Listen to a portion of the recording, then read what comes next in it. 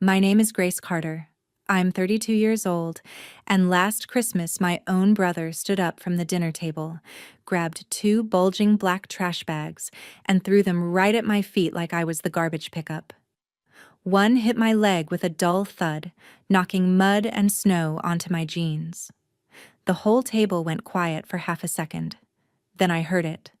The little snorts, the smirks being swallowed behind napkins, the fake coughs covering laughter. "You're not family anymore," my brother said, staring straight through me. "You and that kid don't belong here."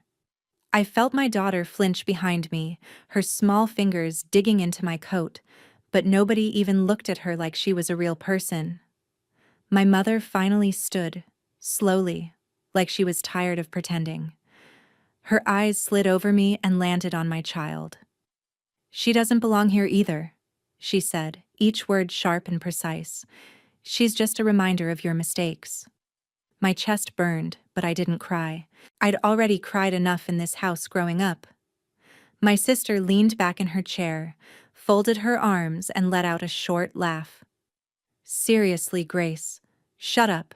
Sit down, eat, and get out before you ruin this holiday, like you ruin everything else." Someone muttered, "Just be grateful we even let you in." And utensils started clinking again like this was just some entertainment before dessert. My sister jerked her chin toward my daughter. "Watch closely, kid. That's what failure looks like." I felt something inside me click, like a lock turning. I picked up my child's backpack, ignored the trash bags at my feet, and looked my brother dead in the eyes. "Thanks," I said calmly. "I'll remember this." He smirked like it was a victory. He had no idea what he'd just started. I took my daughter's hand, turned my back on all of them, and walked out of that house like I was walking out of a burning building. I didn't slam the door. I didn't scream. I just left. And that scared them more than any scene I could have made.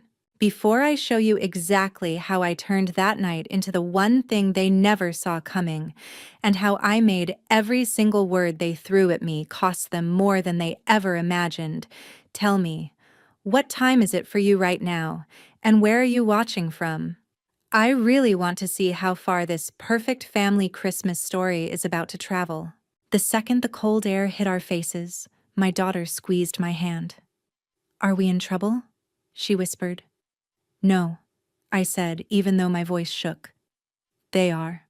We walked to my old beat-up car, the one they'd mocked in the driveway, and I buckled her in with fingers that wouldn't stop trembling. I sat in the driver's seat, hands on the wheel, heart pounding so hard I could hear it, and for a moment I almost did what I'd always done: swallow it, make excuses for them, tell myself, that's just how they are. But then I looked in the rearview mirror and saw my little girl's face, wide-eyed and confused, and I knew this was it. This was the last time she would ever see me take that kind of disrespect and call it family. Have you ever had a moment where humiliation snaps into clarity like a switch, and you suddenly see everyone's role in your life? Growing up, my brother, Jake, had called me the mistake. My mom, Barbara, loved to remind me of every bad decision I'd ever made, from the guy I dated at 19 to getting pregnant with my daughter, Lily, without a ring on my finger. My sister, Hannah, played the perfect child, the one who followed all the rules. And she made sure I felt how far I fell short of that image every time she looked at me. They'd always treated me like the family cautionary tale. Tonight, they upgraded me to the villain. So I did something I'd never done before. I took out my phone and scrolled to the video I'd started recording the moment we'd walked in. I'd hit record out of pure instinct, thinking I might need proof one day that I wasn't crazy, that it really was that bad. There it was. The trash bags, the lines about not belonging, my mother calling my daughter a mistake, the sound of their laughter. My stomach turned, but another feeling rose above the nausea: power. I pressed play with the volume low so Lily wouldn't hear it again, but I watched their faces on the screen like I was watching strangers. "Mom?" Lily said softly from the back seat. Do they hate us?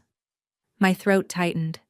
This was the question I'd been dodging my whole life, just in different words. They don't hate you, I said carefully.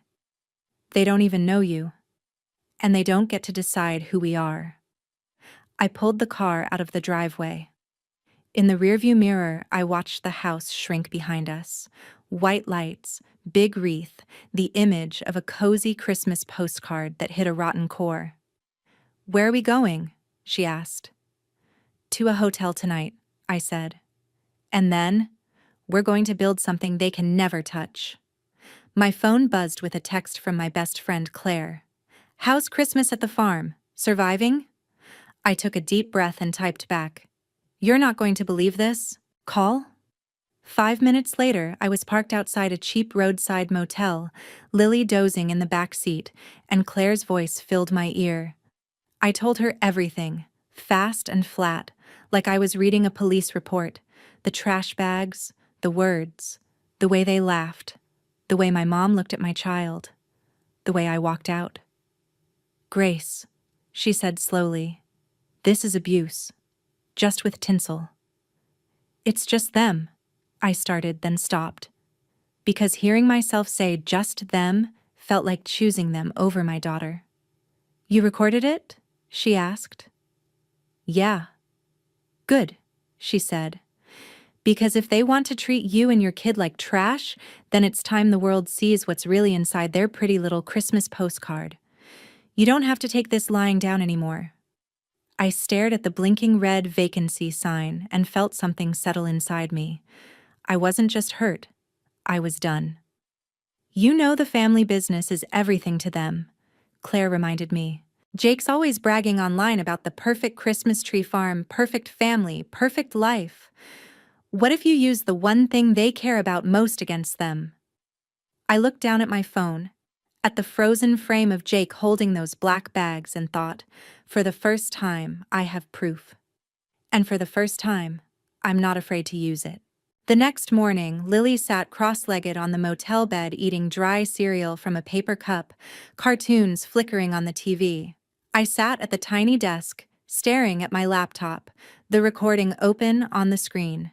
The easy option would have been to delete it and pretend last night was just another painful memory to bury.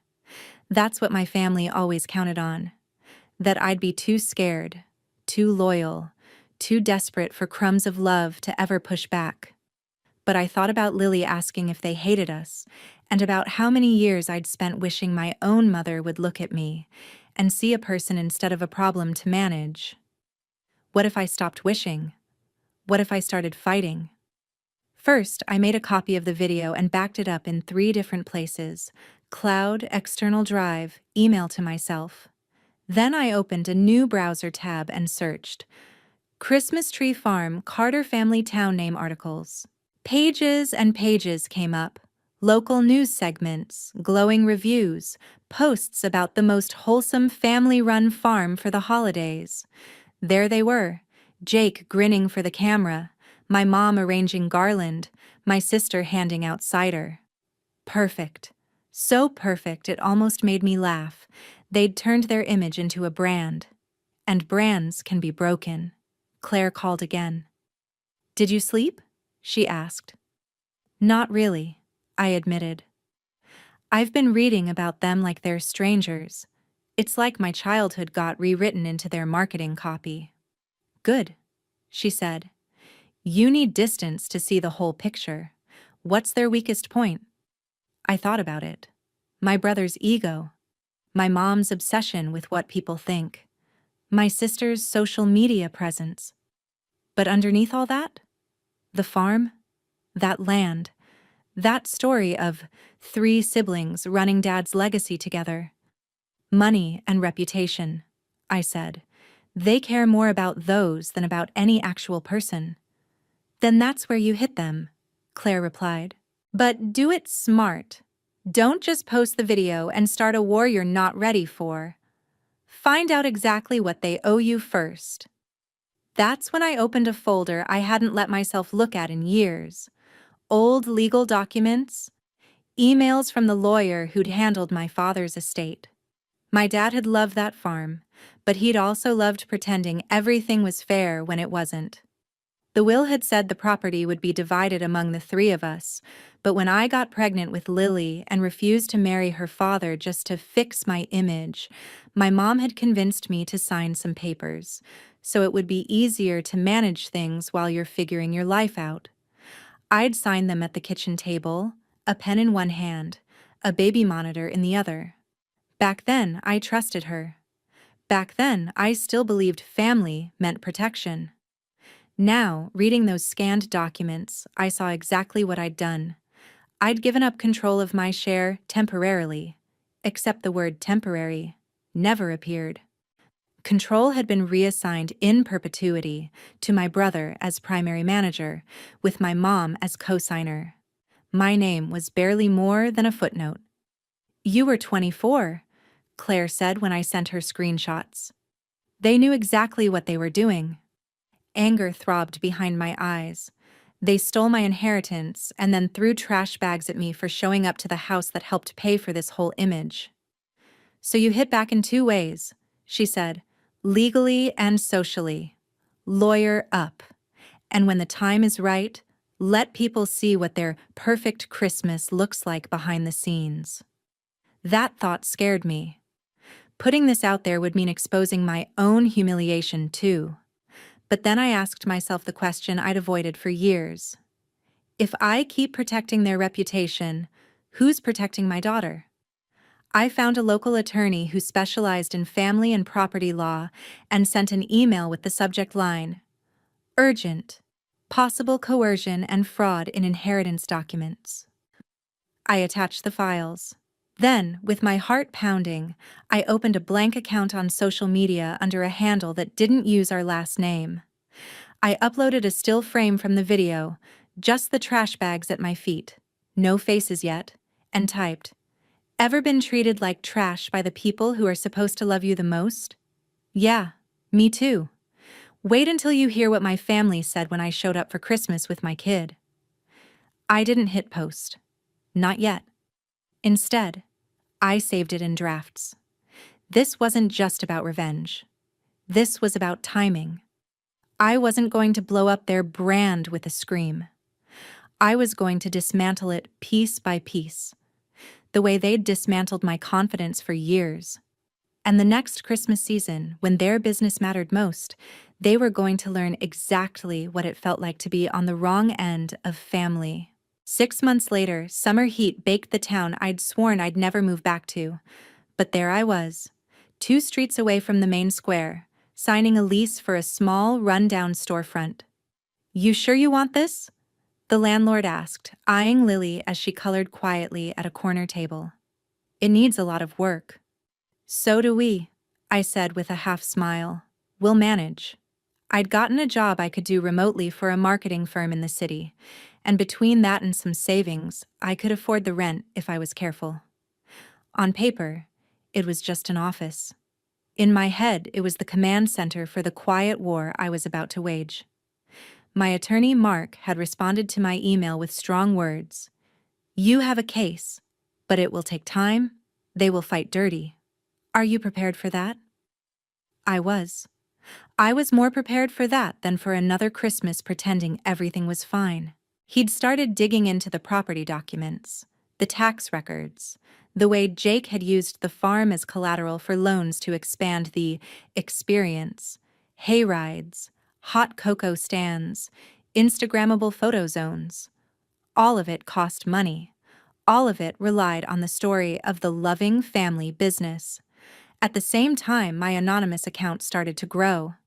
I posted short clips of audio with the words blurred, snippets of conversations about, "You're not family anymore. She's just a mistake," layered over stock footage of Christmas dinners and tree farms. I never used names. I never showed faces. I just told the truth as a woman whose family turned Christmas into a weapon. People flooded the comments. This happened to me too. My mom said the same thing about my kids. "Please tell us what you did. Do you know how powerful it feels the first time strangers don't question your pain, but nod and say, 'Same?'" Every time I wanted to back down, I opened that app and read those comments. I wasn't just doing this for me anymore. I was doing it for every kid who got called a mistake and every parent who decided that cycle ended with them. Meanwhile, Jake flourished online. He started a channel for the farm, posting behind-the-scenes content talking about legacy and family values. My mom appeared in videos, all smiles and warm hugs. My sister hosted giveaways. I watched it all from my tiny office, laptop balanced on boxes, teeth clenched. "You know what this is?" Claire said over video chat one night. "This is a PR campaign. They're building a shield. But you know PR too, Grace. You work in marketing. They're not the only ones who can control a story." She was right. So I started planning phase 2. If they were going to build their identity on being the heart of Christmas in this town, then I was going to become the voice for everyone Christmas had hurt. My office turned into a studio. I bought a second-hand microphone, a cheap ring light, and recorded my first long-form story time under that anonymous handle. I told the trash bag story in full. No names, no location, but every word true. I ended it with, "Next Christmas, I'm not going back as the girl they throw out. I'm going back as the woman who owns the receipts." The video exploded. Views, comments, duets from people sharing their own worst holiday memories. I watched the numbers climb and thought about my mother, who cared more about what the neighbors thought than about how her own daughter felt. What would she do if the neighbors recognized her words in that story one day? My lawyer called 2 weeks later. "We found something interesting," he said. "Your brother refinanced the property last year. He took on a big loan to expand, using the farm as collateral. He's been making payments, but barely. If something hits their revenue hard during the holiday season, they could default." "Meaning?" I asked. "Meaning the bank might be very open to selling that debt," he replied. "And if someone bought that note, that person would have a lot of leverage over what happens to the farm." My heart slammed against my ribs.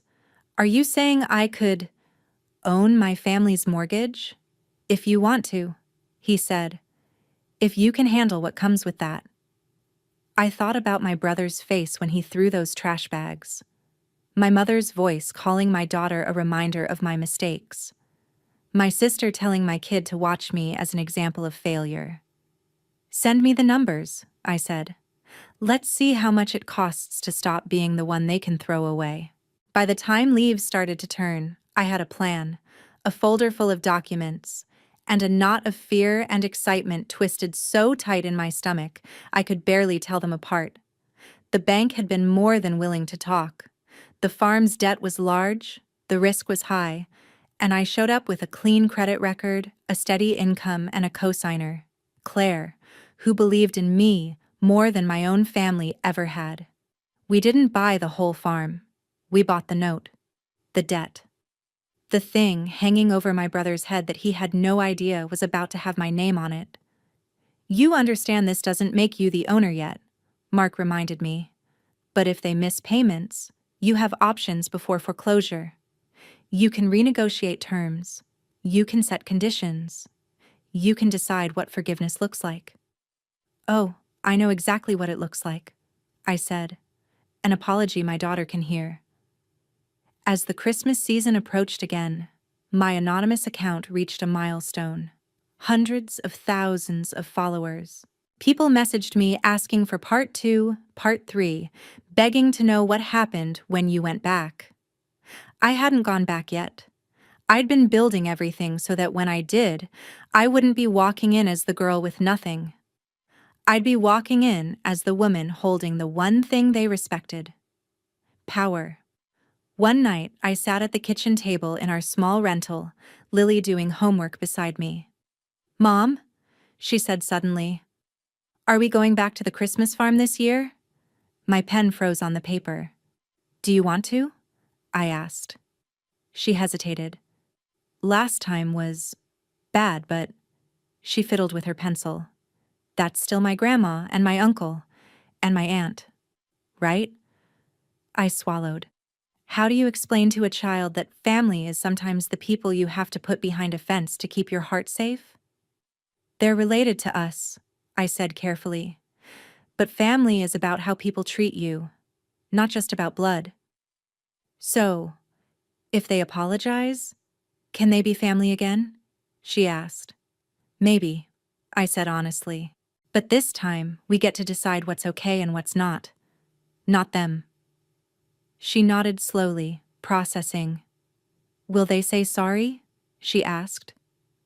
If they want to keep their precious Christmas, I thought. Out loud, I just said, we'll see. 2 weeks before Thanksgiving, I received an automated email. Carter Christmas Farm Season Launch Event. Join us for our biggest year yet. I snorted. Biggest year yet. They had no idea. I bought 2 tickets. On the morning of the event, I dressed Lily in her warmest coat and knitted hat and pulled on my own jacket, hands shaking as I zipped it. My phone buzzed. It was Mark. Everything's in place, he said. You're current on the note. They're technically in good standing, for now. But you have every right to visit the property, and you have every right to request a meeting as the holder of their debt. And if they throw trash bags at me again? I asked dryly. Then we move up the timeline, he said. But remember, your goal isn't to destroy the land, it's to reset the balance. Claire texted next. You got this. Remember, you're not going as the broken daughter. You're going as the woman who owns the leverage. Walk like it.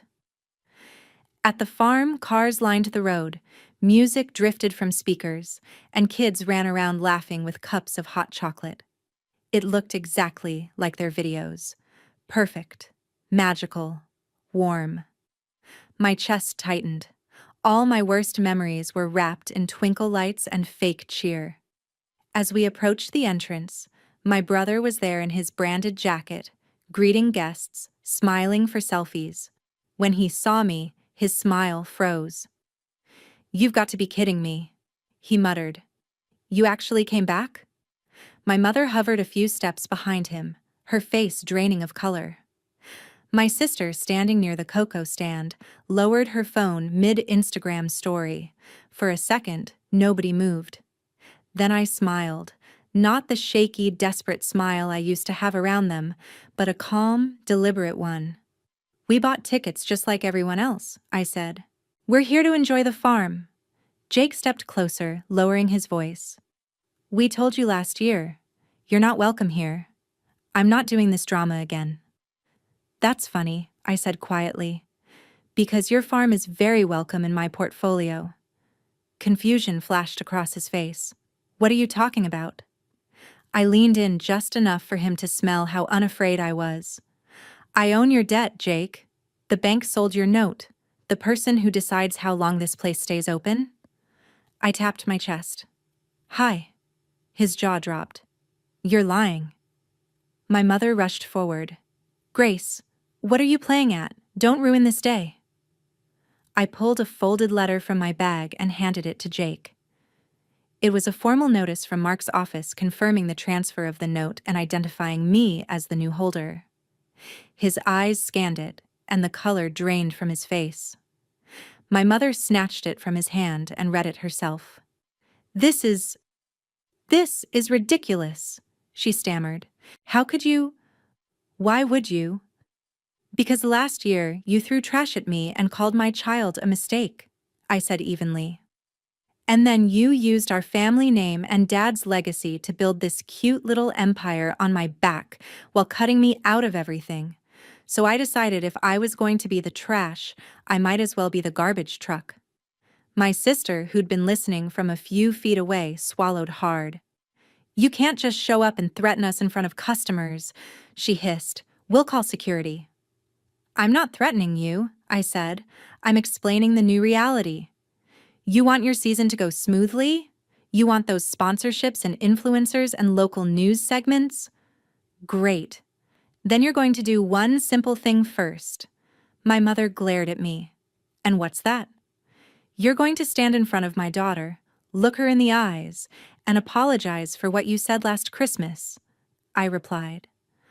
All of you, clearly, without excuses, and I'm going to record it. You could have heard a pine needle drop. My mother's lips pressed into a thin line. You're blackmailing your own family? She whispered. No, I said. I'm holding you accountable. There's a difference. You've been trash-talking me my entire life and got away with it because I was a scared kid who needed you. I don't need you anymore. But you need this farm. So decide which matters more, your pride or your Christmas business. Jake crumpled the letter in his fist. You wouldn't tank the farm, he said. Dad loved this place. Lily loves this place. You'd hurt her too. I won't have to, I replied. All I have to do is adjust your payment terms, make a few calls, maybe politely let your sponsors know that the wholesome family they're backing screamed, "You're not family," at a 7-year-old, and threw garbage at her mom. I won't have to hurt you. Your own behavior will do that for you. My sister stepped forward, eyes darting around at the people walking past us, oblivious to the tension. We can talk about this privately, she said quickly. You're making a scene. Last year you made a scene, I reminded her. You used my humiliation as entertainment for your holiday dinner. This time, I'm giving you privacy, because I'm only asking for a private apology. But if you say no, I raised my phone slightly. Then I go public. And trust me, the world is a lot more interested in this story than you think. She paled. She'd seen the anonymous account. I could tell by the flicker of recognition on her face. She just hadn't realized the woman whose family turned Christmas into a weapon was me. My mother pulled herself up to her full height, the same way she did when she used to lecture me as a teenager. You're being cruel, she said. You're weaponizing your daughter. You already did that, I said quietly, when you called her a mistake to her face. I'm just making sure that if she ever watches that recording one day, she'll also have this one. The day you chose to be better. Or didn't. I turned to Lily, who had been standing quietly by my side, eyes darting between us. Sweetheart, I said gently, do you remember what Grandma and Uncle said last year? She nodded slowly. They said we didn't belong, she whispered, and that I was bad. My heart cracked, but I kept my voice steady. Today, they're going to fix that. Or we're going to leave and never come back. And they're going to lose this place because of their own choices. I looked back at my mother. Last chance. You apologize, clearly and sincerely to her. You admit you were wrong. And then we talk about what the future of this farm looks like. For all of us. Or you keep pretending you've done nothing wrong. And I stop pretending you're decent people. My mother's eyes filled with tears. For a second, I saw not the woman who'd drilled shame into me for years, but someone cornered by the very image she'd built. She cared desperately about being seen as good. Fine, she choked out. Fine, we'll talk to her. We moved off to the side near a row of trees where the music was quieter. I hit record on my phone and held it low, but steady. My mother knelt down, awkwardly, like the ground might bite her, and looked at Lily. I'm sorry, she said, the words clearly foreign in her mouth. What I said last year was wrong. You are not a mistake. You are my granddaughter. You belong here as much as anyone. Jake cleared his throat, shifting from foot to foot. Yeah, he muttered. I shouldn't have said you're not family. That was messed up. I was angry at your mom and I took it out on you. I'm sorry. My sister added. And I shouldn't have said what I said either. I was trying to be funny. It wasn't. I'm sorry. Lily stared at them, then at me. Do you mean it? She asked in a tiny voice. My mother hesitated, then nodded. Yes, she said, and for once I believed she at least wanted to mean it. I stopped the recording and slipped the phone into my pocket. Good start, I said. But an apology is step one, not the finish line. Jake scowled. What more do you want? Consequences, I said bluntly. You don't get to treat me like trash for years and then act like a single, sorry, resets the clock. Here's what's going to happen. You're going to sign a legal agreement acknowledging that I was coerced into signing away control of my share of the farm. You're going to restore me as an equal partner, with voting rights. You're going to commit a percentage of this season's profits to a fund in Lily's name for her future.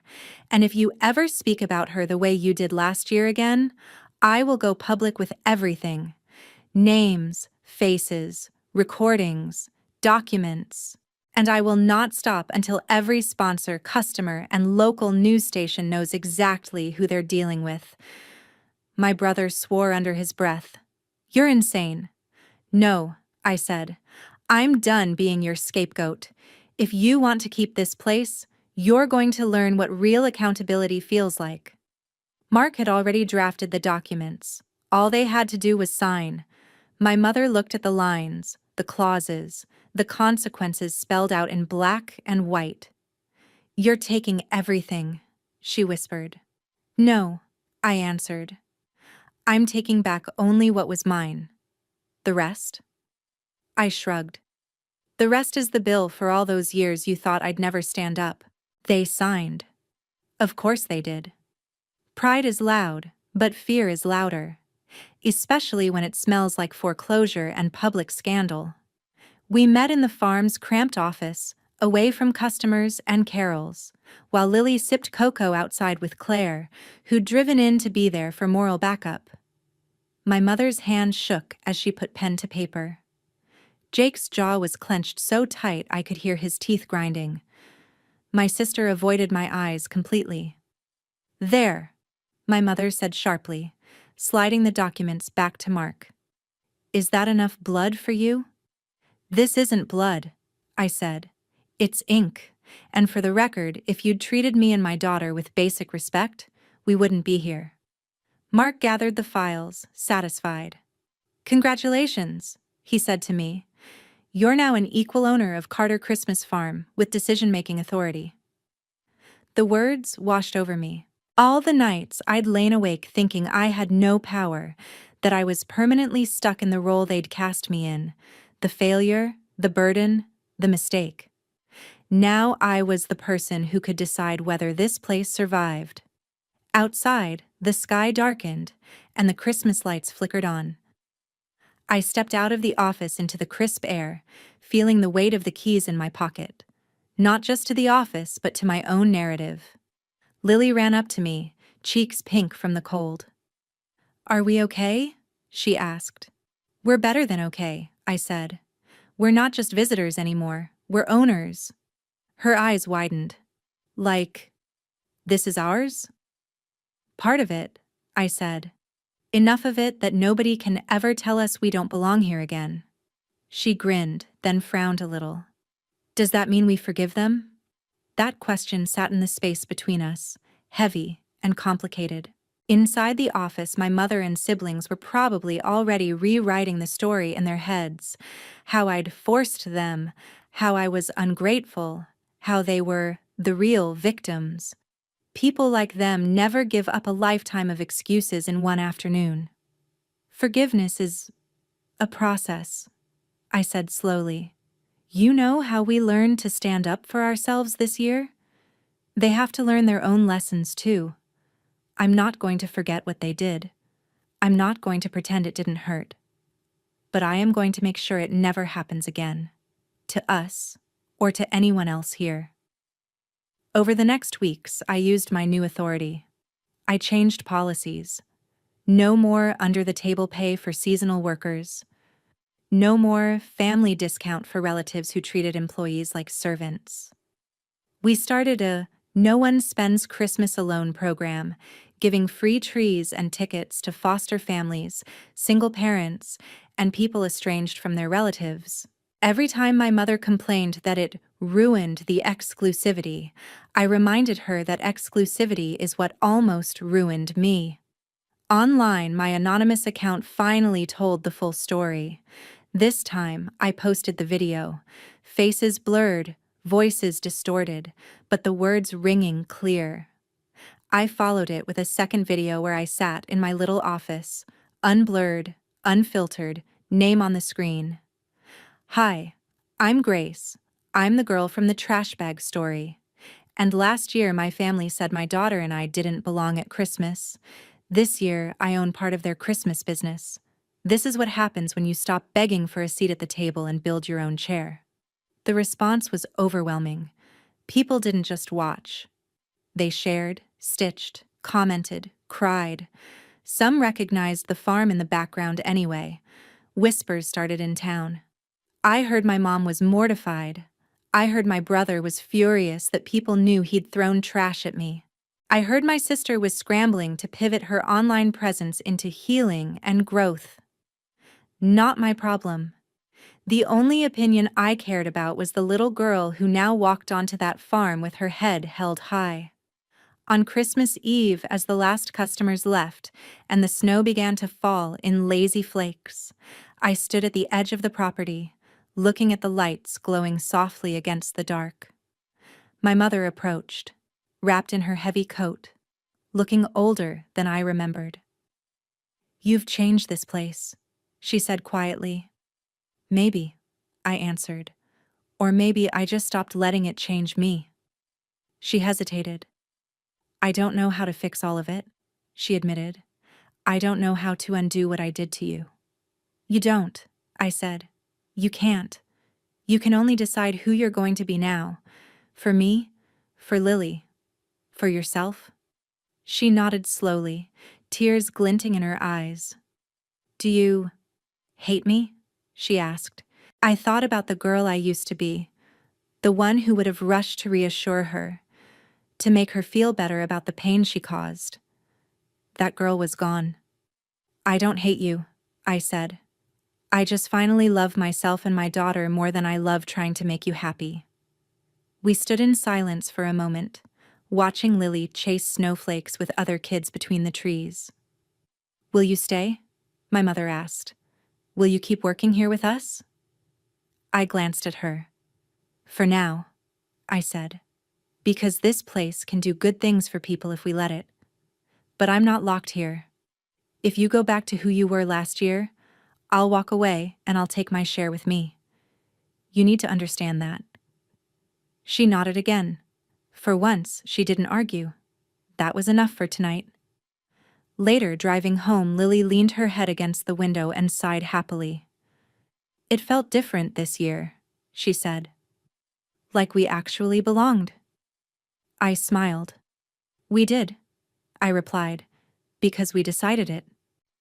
Have you ever had a moment where you realized the people who hurt you the most only had power because you believed their version of you?